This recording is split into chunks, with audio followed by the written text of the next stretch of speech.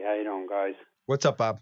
I got a vent right now on John from Manhattan because of his negativity What about Jeff in on Boston? the Vikings, on his outlook on the game tonight. He's not positive. His relative was, though, so I give him credit. But I got a vent towards John and all the negative Vikings fans who are doubting tonight's potential win, which I think we will get. And I'll tell you why we're going to get it. We're going to get it because this team has been building on the energy of Stefon Diggs the entire year. We have won games without Thielen.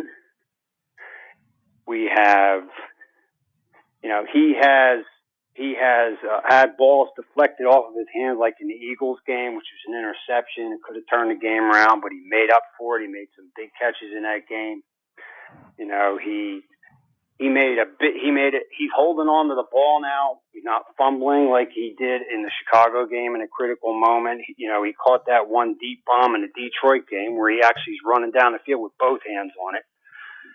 He fired up the crowd throughout, a few home games after the holdout when Denver, we really for sure. needed him. And, I think this whole team and the coaching staff and our main player on the team has benefited from the energy from Diggs, and that is Kirk Cousins. I think there has been a bond that is created with the energy of Diggs and the talent of Cousins and the offensive line and the entire offense that surrounds him. I just think that the energy of Diggs has created a different situation for Minnesota Vikings team going into a big game tonight. We're in the playoffs, and let's carry that all the way to Miami. Thanks, Bob. Appreciate the phone call. Matthew, your thoughts on that? Well, the first game that I ever covered or that was ever played at US Bank Stadium, 9 throws to Stefon Diggs, 9 catches, 182 yards in that game, and a touchdown from Sam Bradford. Monday night game as well, correct? It was a night game. I don't remember if it was Monday or Sunday night game. Might have been a Sunday night game. Prime time. Sunday night game. What Bob brings up is interesting because I entirely agree with him that the centerpiece of this team, though we talk about it as if it's Dalvin Cook, and I don't disagree entirely that it would be Dalvin Cook because he scares the pants off of opposing teams and they structure their defense around him. But most studies about play action passes have found that quarterbacks can be successful even if your running back isn't Dalvin Cook. And for example, Sam Bradford in 2016 was one of the best play action passers, and they averaged 3 yards a carry that year with Matt Asiata. And yet he was still great at play action. Why? Because you could throw the ball down the field to someone like Stefon Diggs. And as great as Adam Thielen is, he's a Pro Bowl, he's one of the best in the league. I've always looked at Diggs as being the guy who drives success for the Vikings offense, and not just getting him the ball, but also the attention that he draws. When you watch it on tape, he always has safeties over him, and when he doesn't, he just shreds the other team. Over the last 5-6 weeks, teams have been playing double high safety almost exclusively, making sure that someone is over Stefon Diggs, and yet he's still continued to put up pretty big numbers. 3 of the last 4 games, he's over 75 yards. He's making big catches, and he is a guy who you expect to be a big game player. I mean, the Minneapolis Miracle for one, but that game against the Packers is an example. We could think of numerous ones where this team has gone into big games. And if they are able to get the ball to Stefon Diggs, you're probably going to win. And he's the driving force of the offense. I thought he should have been a Pro Bowler. There are not too many guys who average 18 yards a catch and catch 70% of the passes that go their way. Pretty impressive. I actually couldn't find another guy who did. I mean, even Julio Jones, who is one of the great players in history. Yep.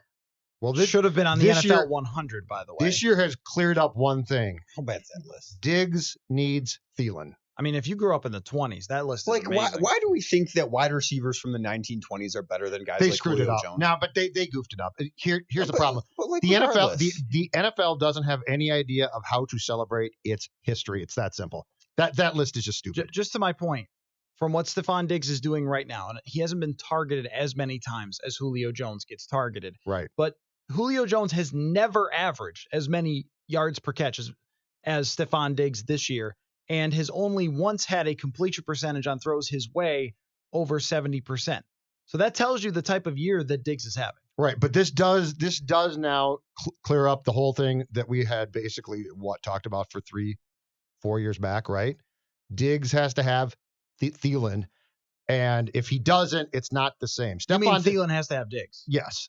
It's not the other way around. But the point is, Stefon Diggs, with or without a really good 1B type of guy, is a star. Yeah, I mean, he's just a star. To me, he's just simply one of the best wide receivers in the NFL. That if he got the target share of a DeAndre Hopkins or an Antonio Brown from years past, in terms of the efficiency in throwing his way, you would find him putting up the same type of numbers. And think about all the quarterbacks he's had. Teddy Bridgewater, Sam Bradford, Case Keenum, now Kirk Cousins.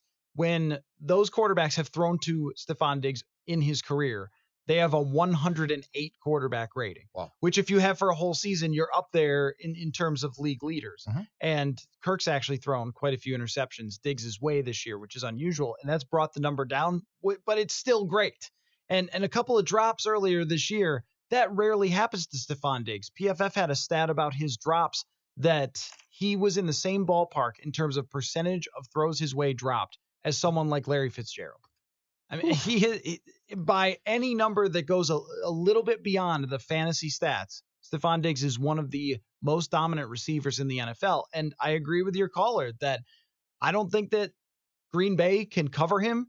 And if they can find big plays down the field, the only question is, will Green Bay get enough pressure on Kirk Cousins so he can't get the ball to Diggs? When Diggs has not had big games, that's always what it's about. It's always the other team finding ways to pressure